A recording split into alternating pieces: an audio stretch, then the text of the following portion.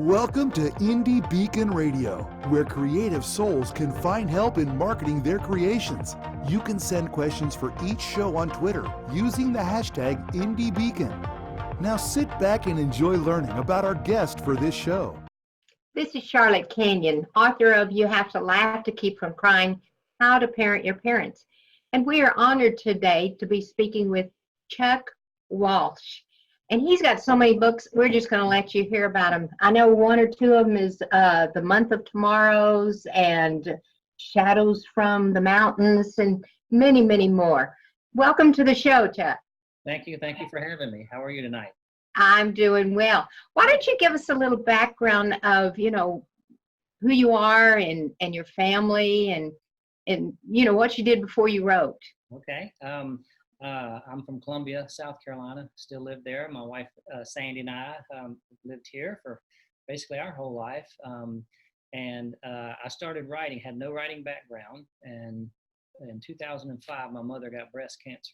And I wanted to write something to her to tell her how much she meant to me in a way that's other than just by voice and speaking. So I decided I was going to write her a book. And I'd never written anything, had no writing background. And anyone that grew up with me, teachers, friends, I'm the last person they ever thought would be writing books.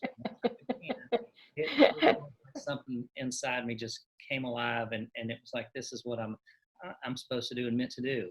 And so since it was based on my mother, my family, and basically about a man that goes back in time after the death of his mother, and he's a kid again for a small window of opportunity, it was so easy to write the emotion and everything about my family.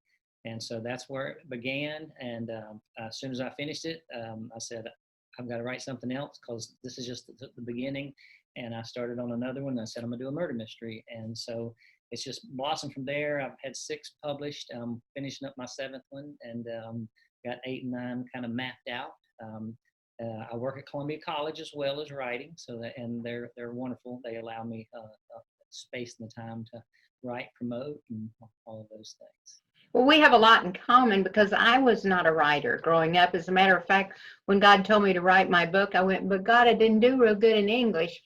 He said, that's all right. We have editors for that, and you're a great storyteller, and, the rest is history. And, it's kind of amazing, later in life that you start writing and putting down on paper. And it's really right. What you wrote was kind of the memoirs you said, but you put a twist on it and took yourself back to your childhood. Now, what was the title of that book? That one was A Passage Back, and that was actually the first one I wrote, but it was the 5th one released. Once I had finished it and started working on my murder mystery, the first one, then I started pursuing an agent, and it took 3 years to land an agent. I'm sure. I mean, it's easy writing the book, I think. And I just kept writing, and I knew, I said, it's going to happen. And when it does, I'm going to be ready to go. So, right. That was by the time I'd signed with an agent, I finished 3.5 books. And so they found them by the time she found publishers. There were 2 different ones. One went for the murder mysteries and one went for the others. And they queued them up the way they wanted. So even though this was the first one I wrote, it was the 5th one released. So kind of was released and that's really interesting. And you're just continue to pump them out. Do they all fall under the same? I know you said murder mystery, or are they different genres? Well, they're very, very different. Even the murder mysteries that I have. So the Shadows in Iron Mountain and Backwoods Justice is the second.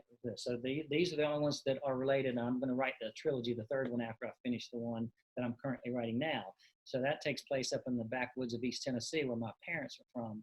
And so I spent a lifetime up there in those spooky backwoods. And I can remember as a child going up to a property on Iron Mountain that was in the Walsh family for 200 years.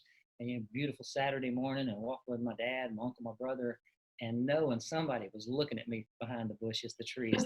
It stuck with me, I guess, when I was grown. So that's the premise for that. So it's just different settings, different places. A Splendor Dream. I played college baseball, so I wanted to write a book about a baseball player, comeback story about a baseball player. So I wrote A Splendor Dream, and then this one, which we are working, turned into a screenplay that we're working with a woman Wow. from Los Angeles. So we've been working on that for quite a while. And this one was based on the life of my uncle and what he went through in World War II in the Philippines that he never told anybody. He wanted to pass along before he passed away. So I got to do that and turn it into a book. And then, So you did that by asking him and, interviewing him? he asked me. He asked my mom if his army buddy who was still alive, and my uncle actually dragged him out of the foxhole and saved his life on the battlefield after he been hit by shrapnel. And he convinced my uncle to find someone to document what they went through. And they said, we're not going to live forever. They need to know what we did and went through. And so he talked my uncle into it. My uncle asked my mama, and that was his sister. And I said, absolutely, because he was really about as interesting and unique and colorful man as I've ever met in so many ways. So when he told me what they went through, I was like, and how did you turn out the way that you turned out? Because he was so incredible. And so I wrote like a 30-page Word document from when they landed in Australia to the final battle. And then I said, now I got to turn this into a book. And in the book, everything about the war, how he met his wife and bride-to-be, all those things are actual, true. Everything's actual and true there. And then I, for the story, change things. Yes. Yes. Yeah, you embellished on the characters, correct? Yes. Isn't that what we all authors do? We embellish. That's the fun part, I think, isn't it? I mean, especially if you have people, and I don't know about you, but most of my books focus or are center around someone, are based on someone that I know, that I love, cared for, a setting that I always loved or cared for. And so we have shirts that we sell at my book signings that says I might be in one of his novels. And so you never know, you might end up being in one. So good or Well, bad. you just walked right into my next question. I was going to ask you, do you use people in your life who, as characters in your books? And you've already, said that. What are some of the other characters in your family? Oh my goodness. The ones, there are so many crazy relatives up in Tennessee that even though these are, they're murder mysteries, and it's intense. Women are being abducted from cabins and hiking trails, and it's not a good outcome. And this is the same people are brought back for more evil to solve and get the bad guy. And some of those are based on either people that live up in the mountains that I either knew or knew of, that my parents and my relatives passed along stories of. And so many of them are based on the characters in this book. And in Shadows in Iron Mountain, they bring in a Tommy Lee Jones kind of guy from The Fugitive. Ooh, neat. And he's in this mountain, and he's trying to figure out who the killer is. And they'd rather shoot him than help him because he's an outsider. So he gets the help of a mountain guide, which is a woman, and the woman is based on my aunt who still lives up in the mountains, and she is just as crazy and colorful as you've ever seen. And so I was on TV up there in Bristol, Tennessee, and promoting the books and getting ready to do a book signing. And so I was on like their noonday show, and they were, and it was, especially it was for this one I was promoting. And so I told my aunt, I said, you watch and I mentioned her by name.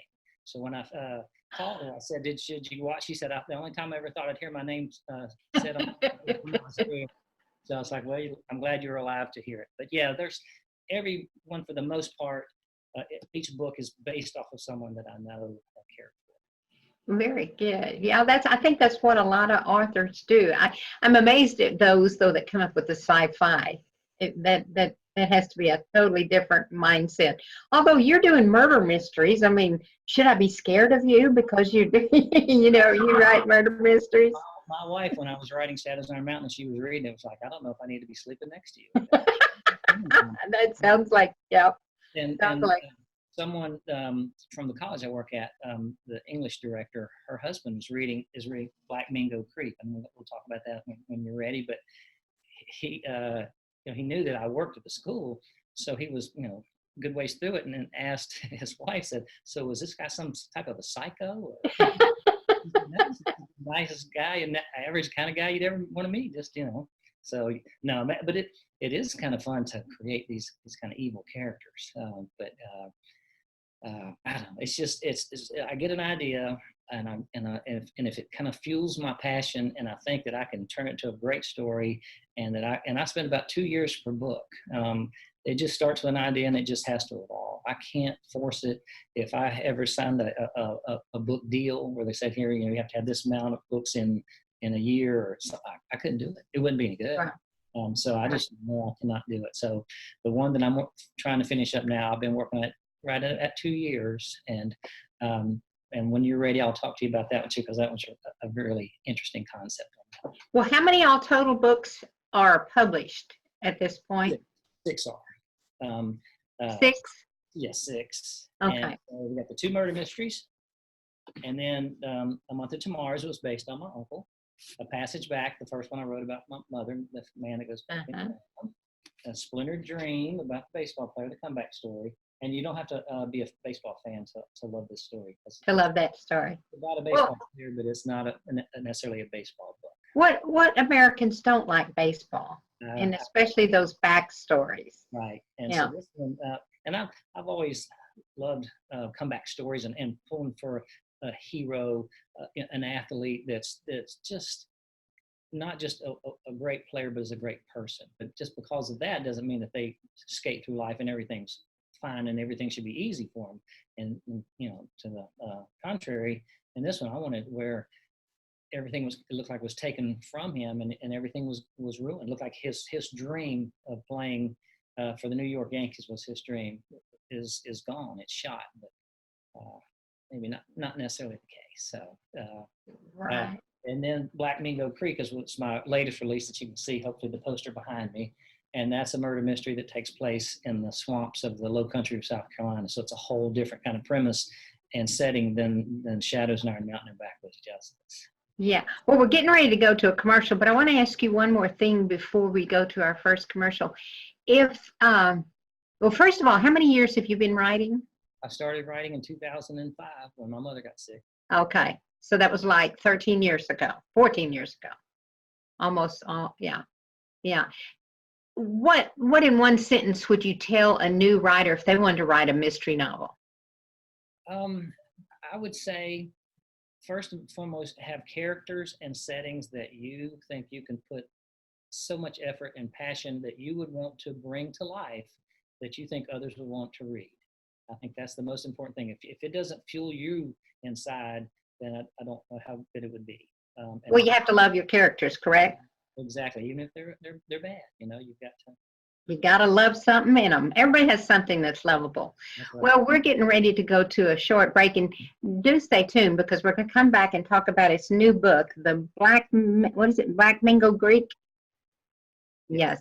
Well, stay tuned, and we'll be right back with Chuck Walsh, excuse me.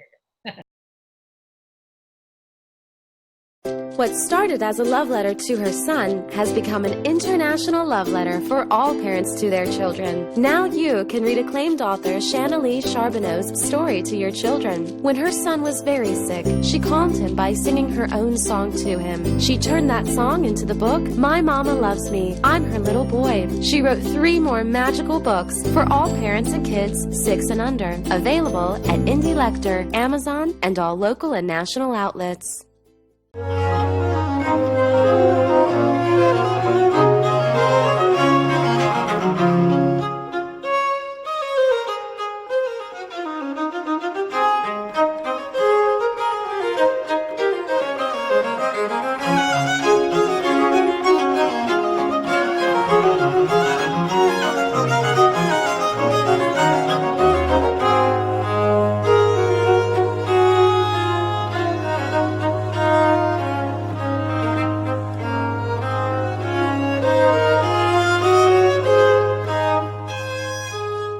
Hello, I am the author and poet Denise Bryson.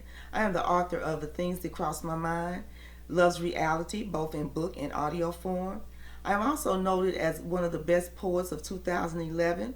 I have 2 new projects coming up. One is the Blinky series, where Blinky tells us all about our coins and our bills for our children. I also have a book coming out called Say Ye. It's quotes from Denise Bryson, just inspirational and that will help you along the way. Thank you for watching or listening to this show.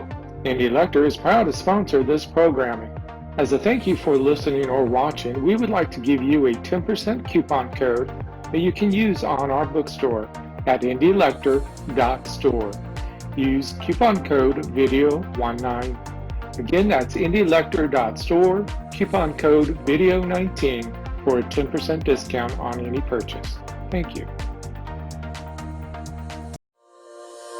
Welcome back to Indie Beacon Radio. Don't forget to like us, follow. This is Charlette Canion. Welcome back to our show. We have the pleasure today of speaking with Chuck Walsh, and he's written many, many murder mysteries, but it sounds like this latest one is going to be one of his best yet. Chuck, tell us a little bit about your new book and how it might be a little different from some of your others. Okay. I always thought that it would be kind of interesting to have a story about someone where the bad guy is a good guy, and because of circumstance, he's been driven to become the bad guy, and that's what this one's about. And so this person, when you first read the book, you're going to be hoping that he's caught, that he's found and put away forever.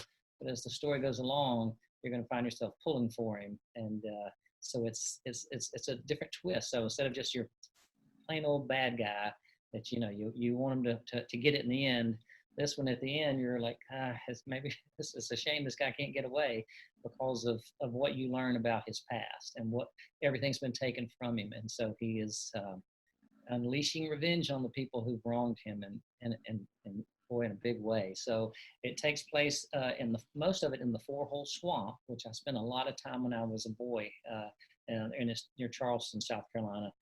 Just the dark water backwoods. It's just so remote, but so eerily beautiful, and the Spanish moss and the alligators and the snakes. And I had been working on it for about a year and a half, and I had a title, but I was like, this is not what I'm going to call it, but I just can't think of it. And usually I come up with a book title very quickly. And so we had gone to see, I also have a daughter who lives on Pawleys Island at the coast in South Carolina, down below Myrtle Beach near Georgetown. So one day when we were coming back home, she says, Dad, go back this route. It's prettier, it's better, blah, blah. So we take it. And so we crossed, and it is backwoods, everything. We crossed the Black Mingo Creek. And I was like, that is a cool name. And so when I got home, I started Googling it, what it was in the background, everything. And it has a lot of history to it. And I was like, that is the name of the book. And so I incorporated the creek in the story. It plays a very important part to the story, but most of the book takes place about 60 miles southwest of that in the Four Hole Swamp. And it's just, it's kind of rough, but I'm one that I don't want to get too graphic. I'll lead you up to something and ooh, it's a bad outcome. And maybe more of what the police or whoever discovers them is like, oh man, this is not, they had a bad outcome to this, but I don't like to get too graphic. But this one, he's had everything taken from him, and he is going to get revenge on the people who wronged him and took everything from him. So you're getting a little more graphic in this book than before.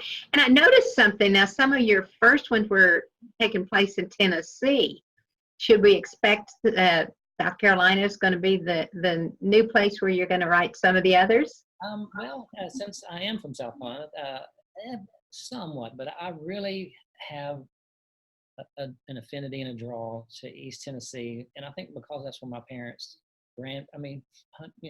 200 years worth of generations, and it means a lot to me, and I think it's a perfect setting in so many ways. The book that I'm working on now is set up in the same area in Tennessee, and then after I finish that, then I want to write the trilogy to Shadows and Backwoods. So I'll be back up in those Tennessee mountains again, and then after that, probably back into South Carolina. But South Carolina's a beautiful place, but there's so many books written about Charleston and the Low Country and by so many people, and I was like, I'd rather focus maybe on other parts of the state. Okay. Well, and I know that that was a big area during the Civil War. And if you have ancestors in there, you probably have some of those stories that you could fit in. Have, Yeah. have you thought of that? Well, yep, and really that my ancestors, the ones from South Carolina, are like my brothers and I, a couple cousins that came from Tennessee when my parents moved us down here. Well, they moved here before I was born, but the people that are in like Black Mingo Creek are based on some people that I knew that lived down in the Four Hole Swamp. In fact, I like to make book trailer videos for my books, and so it had been years since I'd been down in the swamp, in the Four Hole Swamp. So I was wanting to find someone that could take me back in there, and we could take pictures and videos and put together. Wow. And through Facebook, from a mutual friend, I saw this person post something about that area. And I was like, so I sent her a message, said, "Are you related to the Colliers from Harleyville, Four Swamp?" She said, "Yes." She said, "That's where I'm from." And I said, "Well, there's one man that I knew from there. I remember when I was little and I'd go hunt." And she said, "That was my father." And so anyways, Wow. so her brother took us down into the swamp, my wife and I, and my wife's a really good photographer. And so she's, of course, looking out for alligators and snakes. But so I gave the man a copy of Black Mingo Creek for him being so kind and taking a day to take us down. And he responded to me about how much he was enjoying the book. And I didn't mention anything about his father. And he said, "My father is in this book." And I said, "Yes, he is." And he said, "I can tell by the way you're describing what he said, how he spoke." I said, "How about that?" But he found that his own father in the book. Okay, she recognized that you used her family in the book and the stories, and she didn't have an issue with that. No, in fact, I think it was they felt kind of humbled and that I would do that, and I didn't portray him in a bad light, and I didn't want to portray him. Right. No, now of course any killers I've ever created, they're not based on any one, because I don't know any killers, but I would never base anything of someone that I knew. Now, in Shadows in Iron Mountain, my mother was reading the manuscript for that before it was published, and there's so many interesting names from up there that I love to use. So I might use this person's first name, this person's last name as a character. And so one of them I had forgotten. I'd used his first name and last name, and I had him as a bad guy. And my mother's reading said, no, you have to change this. He was a wonderful man. If those people read that up there, they're going to come after you. Well, I was wondering about that, because when you have to get permission to tell, you change the names to protect the innocent or to protect the bad guys. That's right. So that was the only one that almost slipped up on me, but I'd forgotten to just use part of his name. Yeah. Well, I think when you're writing and you do use characters, sometimes you do forget that they are real people and they have lives. Or I have a girlfriend who wrote a story and her family sued her. Really? Because she used, and she didn't even use their names. She changed all the names, but they said, "Oh no, everyone's going to know it's me." Now no one ever sued anyone. She just pulled the book. Yeah. And did, so it's kind of interesting when you talk about using, the characters, but if you keep them nice and, innocent, then things, kind of go awry. I'll bet you have a family of characters. We've only got a few more minutes for our next commercial. Would you tell me one character that you haven't written about, but you will down the road? Yes. The book that I'm writing now is going to be based on quite a few characters and people that passed away before I came along. I love to write about, like I said, my family members, and so this one is writing about the ones who passed away before I came along.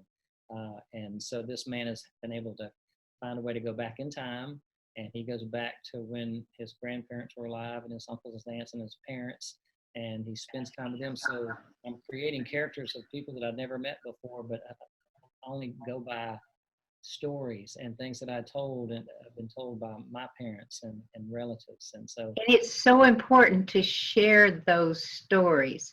I'd like everyone to stay tuned. We're going to be back with Chuck Walsh and his wonderful stories.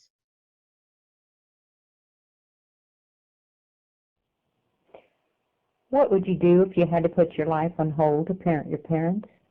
You have to laugh to keep from crying how to parent your parents is a must-read book full of antidotes and practical advice to help parenting your parents. Author Charlette Canion provides insights to help prepare anyone facing the challenges of caring for elderly parents. Check out our website at www.howtoparentyourparents.net.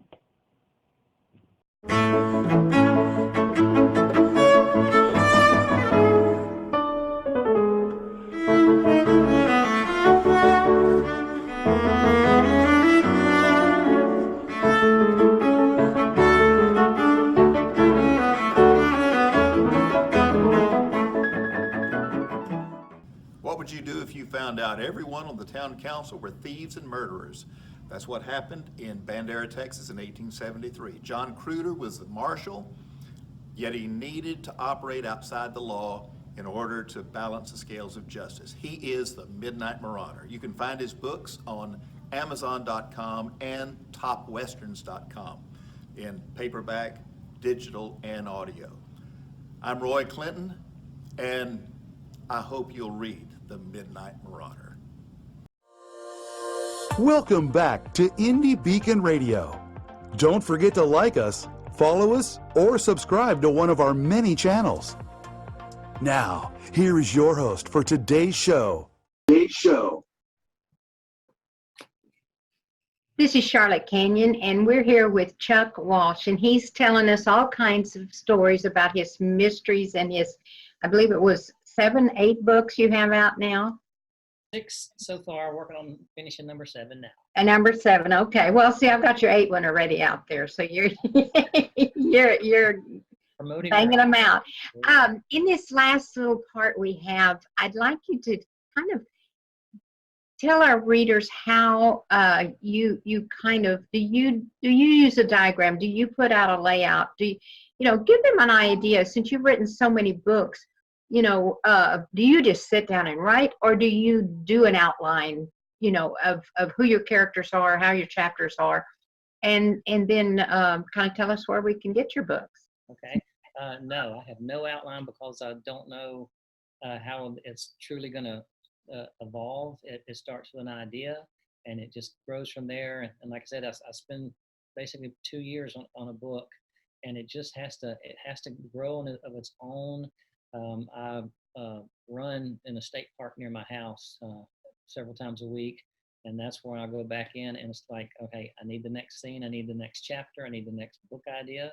And you get back there a few miles, and then I guess just the tiredness lets that mind kind of just clear, and by the time I come out of it, there's the next scene, there's the next chapter. But no, there is no outline, and I wish I had that ability, but I don't. It just starts, and once the story is written, then I'll go back over it 1,000 times, and my wife gives me all kinds of grief, like, just let it go.